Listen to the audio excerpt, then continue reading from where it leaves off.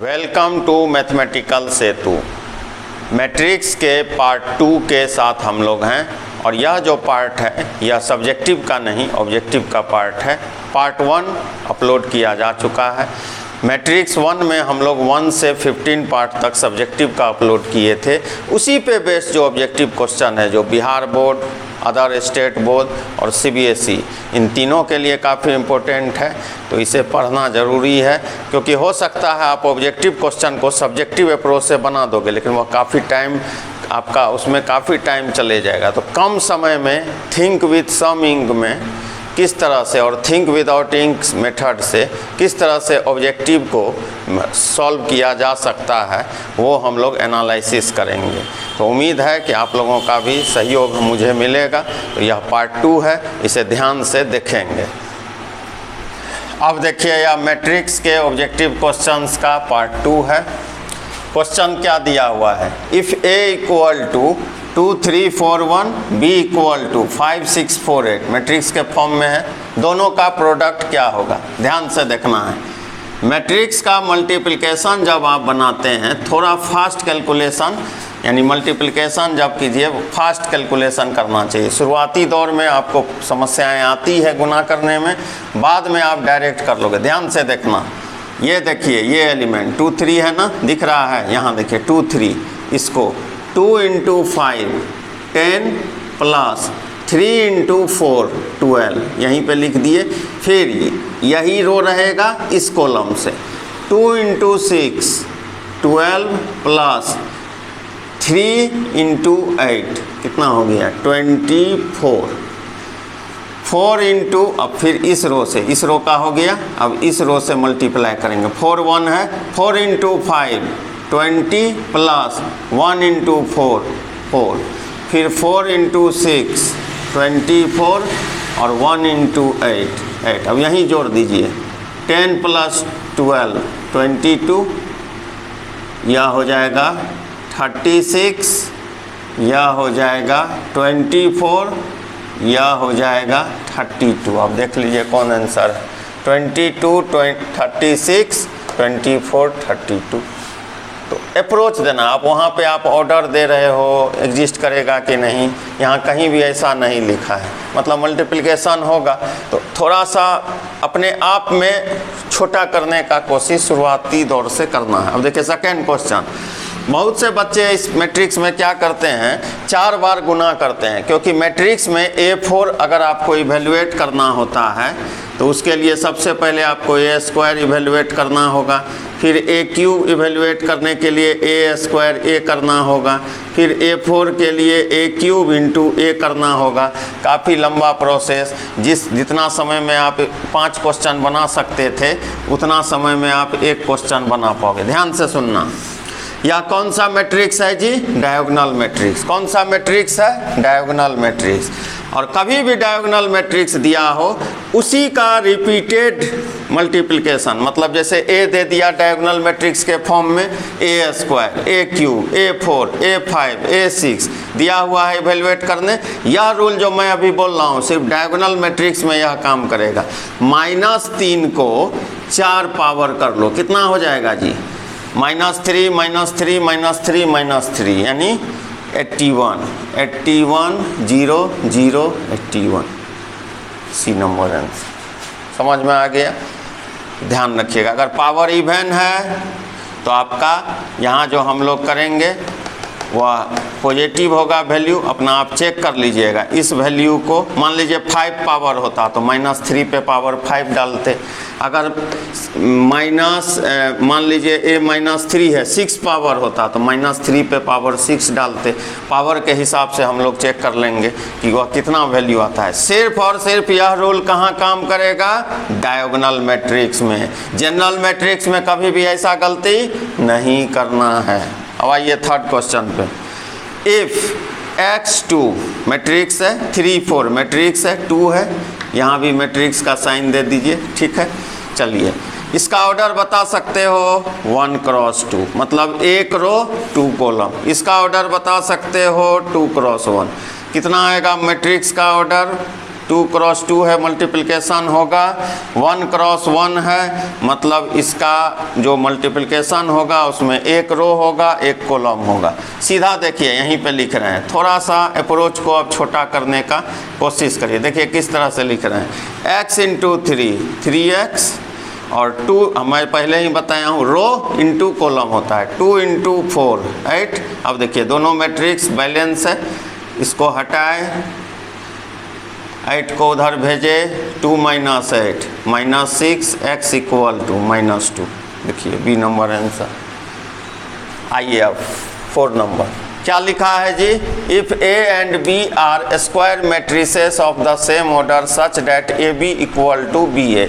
इसका मतलब है कि जनरल वे में अगर मैट्रिक्स का बात हो तो a प्लस बी का होल स्क्वायर, जनरल केस में अगर यह कम्यूटेटिव रूल को लॉ को फॉलो नहीं करता है, A square B square A B plus B A, यह तब होता जब जनरल केस होता, मतलब जब यह कम्यूटेटिव लॉ को फॉलो नहीं करता। लेकिन इस क्वेश्चन में दिया है A B equal to B A, मतलब यह कम्यूट कर गया। कम्यूट करने का मतलब यह कम्यूटेटिव लॉ को फॉलो करता है। अगर ए बी बी ए के इक्वल होगा तो उस बेसिस पर ए प्लस बी का होल स्क्वायर ए स्क्वायर बी स्क्वायर और 2ab है, यानी यह सही होगा। ध्यान देना है, अगर जनरल केस में ए प्लस बी का होल स्क्वायर मैट्रिक्स का इवेलुएट करना होता तो उसका आंसर यह होता A square B square A B plus B A. लेकिन क्वेश्चन में दिया हुआ है A B equal to B A, that means it's follows commutative law, या हम लोग ऐसे भी बोलते हैं यह कम्यूट कर गया। कम्यूट कर गया मतलब इसका ये होगा बी। कैसे होगा आप समझ गए होंगे, बी ए के जगह हम लोग ए बी लिखे, दोनों को ऐड किए 2ab आ गया। अब आइए 5 नंबर ट्रांसपोज का है। यह ट्रांसपोज किसको कहते हैं जी, रो जब कॉलम रो में कन्वर्ट हो जाए उसको ट्रांसपोज कहते हैं। ए डैश इक्वल टू क्या हो जाएगा, देखिए 1 2 3 है ना, इस तरह मूव कर देंगे 1 2 3, अब 4 5 6 आगे जाके मूव कर देंगे। देखिए तो कौन आंसर है इसका, कहीं दिख रहा है, सी नंबर। जल्दी से इस सारे क्वेश्चन को उतार लें। अब देखिए छठा क्वेश्चन क्या लिखा है, if A and B are square matrices A B का ट्रांसपोज क्या होगा। यह सब पीछे पार्ट में मैं बताया हुआ हूँ। कोई भी दो प्रोडक्ट का अगर ट्रांसपोज हो या रिवर्सल लॉ को फॉलो करता है, उल्टा मूव करिए, बी का ट्रांसपोज ए का ट्रांसपोज। मान लीजिए 3 प्रोडक्ट होता और उसका ट्रांसपोज इवेल्युएट करना होता, सी का ट्रांसपोज बी का ट्रांसपोज ए का ट्रांसपोज। इसमें चूंकि यहाँ ट्रांसपोज को डैश से भी डिनोट होता है, तब आप खुद बताइए, ए नंबर आंसर होगा। ठीक है, अब आइए 7 number, a square matrix A equal to A I J. A I J is a code of matrix where I denotes row and J denotes column of any matrix is called a symmetric. Symmetric अगर होगा, देखिए ए equal to ए का transpose, और इसके साथ साथ याद रखना है आपको ए आई जे इक्वल टू ए जे आई। तो आप समझ जाइए कौन सा मैट्रिक्स होगा, सिमेट्रिक होगा। यहीं पे मैं बता दूं, अगर a इक्वल टू माइनस ए का ट्रांसपोज हो या ए I J equal to minus ए जे आई हो तो समझ जाना स्क्यू सिमेट्रिक मैट्रिक्स है। अब आप देख लो क्या है क्वेश्चन, एक कोड के फॉर्म में है, सिमेट्रिक मैट्रिक्स है, ए नंबर आंसर। यहाँ पे देखिए 8 number, a square matrix A I J is called a skew symmetric. Check कर लीजिए, ए आई जे ए जे आई पहला नंबर। अब देखिए यह 9 नंबर, क्वेश्चन में दिया हुआ है A equal to cos alpha minus sine alpha cos alpha and A plus A का ट्रांसपोज कितना है जी, I2 मतलब unit matrix of order 2 1 0 0 1। Alpha evaluate करना है और अल्फ़ा का रेंज दिया हुआ है, कहाँ से कहाँ, 0 से 90, कहाँ से कहाँ, 0 से 90। अब देखिए यहाँ पे मैं बना रहा हूँ इस क्वेश्चन को, ए का वैल्यू क्या है जी, ध्यान से देखिए, cos alpha minus sine alpha cos alpha, यह किसका वैल्यू है, ए का वैल्यू है, प्लस ए का ट्रांसपोज, इस मैट्रिक्स का ट्रांसपोज कर दीजिए, cos alpha minus sine alpha और ए इस तरह साइन अल्फ़ा कॉस अल्फ़ा लिख दिए। कितना का इक्वल है I2 समझते हो ना जी, 1001 लिख दिए। दोनों को ऐड कर दीजिए यहीं पर, 2 कॉस अल्फ़ा देखिए plus minus 0 2 cos alpha is equal to कितना है जी 1001।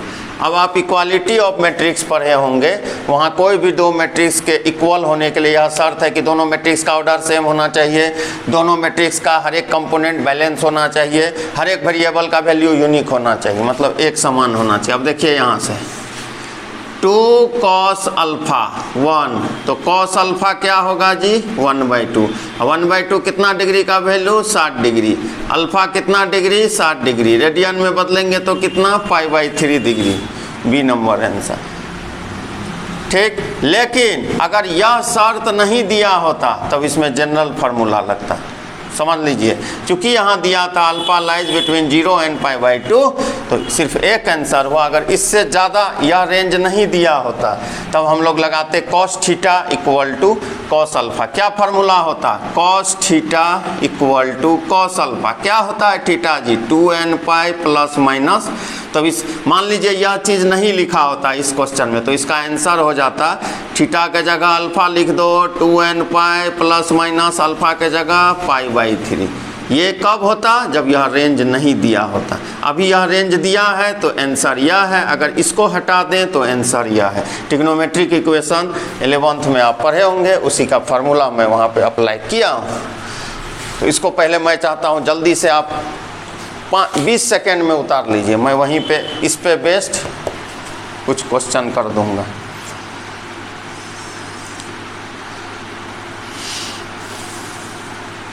अब देखिए 10th क्वेश्चन। इस क्वेश्चन में मैं आपको जब बता रहा था मैट्रिक्स का सब्जेक्टिव पार्ट, वहीं पे हम लोगों ने चर्चा किया था कि इस तरह का जब भी क्वेश्चन हो आपको सॉल्व करने, मतलब इवेलुएट करने भी आना चाहिए, प्रूफ करने, और याद भी होना चाहिए।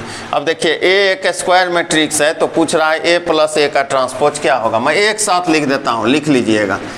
ए यदि स्क्वायर मैट्रिक्स हो, ध्यान से समझना है, ए यदि स्क्वायर मैट्रिक्स हो, ए प्लस ए का ट्रांसपोज हमेशा सिमेट्रिक होता है। कैसा होता है जी, सिमेट्रिक होता है।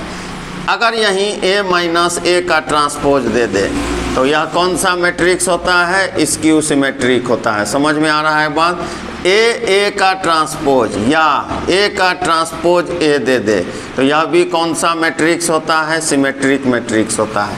बहुतों बार एग्जाम में यह पूछा गया क्वेश्चन है, ठीक है, याद रहना चाहिए। टिक लगा दें, अब वहाँ प्रूफ करोगे टाइम लग जाएगा, ठीक है। ये सब बहुत इंपॉर्टेंट रिजल्ट है। और जान लीजिए यह कब था, जब ए स्क्वायर मैट्रिक्स है उस पर। अब आपको दे देगा ए एक सिमेट्रिक मैट्रिक्स है, ध्यान से समझना है। ए कौन सा मैट्रिक्स है, सिमेट्रिक है। अब बी भी कौन सा मैट्रिक्स है, सिमेट्रिक है, ध्यान से, सिमेट्रिक मैट्रिक्स है। तब आपसे पूछेगा ए प्लस बी क्या है, तो जान लीजिए यह भी सिमेट्रिक होगा, ठीक। ए बी प्लस बी ए यह भी सिमेट्रिक होगा, ठीक। और जान लीजिए A B minus B A यह स्क्यू सिमेट्रिक होगा। इतना रिजल्ट आप याद कर लेना, एक नज़र देखोगे याद हो जाएगा। ये ऑब्जेक्टिव के व्यू से काफ़ी इम्पोर्टेंट रिजल्ट है। अब देखिए यह है ए डैश, ए का ट्रांसपोज इक्वल टू आई, तो सीधा है, ऑर्थोगोनल होता है, ठीक है। ए इक्वल टू 1 2 3 है और ए का ट्रांसपोज इवेल्युएट करना है। ए का वैल्यू कितना है 1 2 3। अब यहाँ देखिए यहीं पे हम लोग बना लेते हैं कहीं, यहीं पे ए 1 2 3 पहले हम लोग लिख दिए 1 2 3। ए का ट्रांसपोज मतलब यह जो इस तरह है ऐसे लिखा जाएगा, क्या हो जाएगा ये 1 2 3 लिख सकते हैं ना। इसका ऑर्डर कितना है 3 क्रॉस 1। इस मैट्रिक्स का ऑर्डर 1 क्रॉस 3 मल्टीप्लिकेशन होगा, 3 रो 3 कॉलम, 3 रोज 3 कॉलम्स। अब देखिए इसका मल्टीप्लिकेशन सीधा क्या मैं बताया हूँ, रो इनटू कॉलम। देखिए 1 से इसको टारगेट कीजिए, 1 2 3 खोजिए, ठीक, या यहीं लिख देते हैं 1 2 3। अब इस 2 से इसमें 2 इंटू 2 4, 2 इंटू 3 फिर 3 से 3 6 9। देख लीजिए कौन सा आंसर है। 1 2 3 2 4 6 3 6 9, सी नंबर। समझ में आ गया? आइए अब इस मैट्रिक्स को चेक करते हैं। रेक्टेंगुलर है, डायगोनल है, सिमेट्रिक है, स्क्यू सिमेट्रिक है। देखिए मैं एक चीज़ बता देता हूँ, इस पे डायगोनल खींच दिए, ठीक। यहाँ क्या है जी? -1, यहाँ -1। अच्छा, यहाँ क्या है? 1, यहाँ 1, यहाँ 5, यहाँ 5। ये दोनों इक्वल, ये दोनों इक्वल, ये दोनों इक्वल। एक आंख बंद करना है, सिमेट्रिक में टिक लगा दें।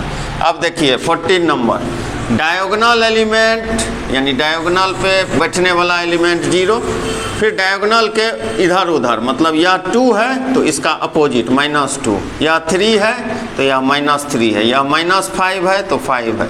मतलब यह कौन सा मैट्रिक्स है? स्क्यू सिमेट्रिक है। 15 नंबर क्या है जी? cos alpha minus sine alpha, sine alpha cos alpha is identity matrix. Identity matrix 2 order का है तो 1 0 0 1 होगा। और हम लोग क्या लिख देंगे? cos alpha minus sine alpha, sine alpha cos alpha क्या लिखा जाएगा? ध्यान से देखना है, 1 0 0 1। बोला यह जो मैट्रिक्स है यह आइडेंटिटी मैट्रिक्स है, तो आप देख लो cos अल्फा 1 कितना डिग्री पे होता है? cos 0, अल्फा का वैल्यू 0। साइन से भी आप इक्वेट कर लो, साइन अल्फा 0 कितना डिग्री पे होता है? 0 डिग्री पे होता है। तो इस क्वेश्चन का आंसर क्या हो गया? 0 हो गया। इसको जल्दी से उतार लें पहले। आज हम लोग पार्ट 1 और आज जो अपलोड करेंगे यानी पार्ट 2, यूनिट 1 का जो मैट्रिक्स मैं अभी तक दिया हुआ हूँ यानी सब्जेक्टिव में, उसका पार्ट 1 और पार्ट 2 दोनों ऑब्जेक्टिव का यह अपलोड हो जाएगा आज या कल। तो इस तरह से मेरा यूनिट 1 मैट्रिक्स का यूनिट 1 मतलब आप समझ रहे हैं ना, एडिशन सब्ट्रैक्शन मैं पहले ही चर्चा कर चुका हूँ, मल्टीप्लिकेशन ट्रांसपोज, फिर बीच में डिटर्मिनेंट आएगा। तो डिटर्मिनेंट हम लोग मैट्रिक्स के तुरंत बाद शुरू करने वाले थे, लेकिन कुछ बच्चों ने रिक्वेस्ट किया कि इस पे बेस्ड ऑब्जेक्टिव आप करवा दो, तो मैं 2 पार्ट में मैक्सिमम ऑब्जेक्टिव क्वेश्चन जो हो सकता था मैं उस पर यहाँ पे रख दिया हूँ। अब हम लोग डिटर्मिनेंट करेंगे, फिर डिटर्मिनेंट के बाद उस पर बेस्ड ऑब्जेक्टिव करेंगे, फिर मैट्रिक्स होगा। तो उम्मीद करते हैं कि आप वीडियो को एंजॉय कर रहे होंगे। मैथमेटिकल सेतु को सब्सक्राइब नहीं किए होंगे, मुझे पता है, ज़रूर कर लें, लाइक कर लें, शेयर कर लें। मैं डिटर्मिनेंट के साथ आपके समक्ष पुनः उपस्थित होऊंगा। Thank you.